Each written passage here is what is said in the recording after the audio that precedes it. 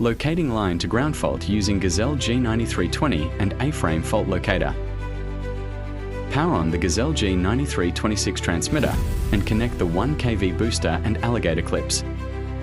Connect one clip to the ground and one clip to the cable with fault you wish to detect. Then move at least 10 meters away from the transmitter.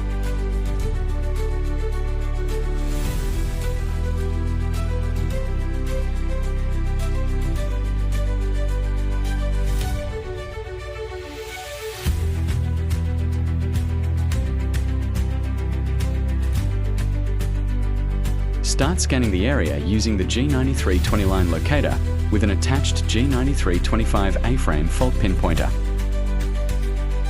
Keep the measurements as much as possible aligned to the cable all the time. When the signal is increasing, it is an indicator that you are going close to the actual fault.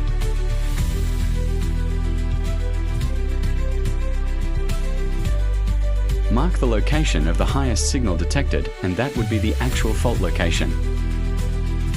For more information, visit our website www.gazelleindustrial.com.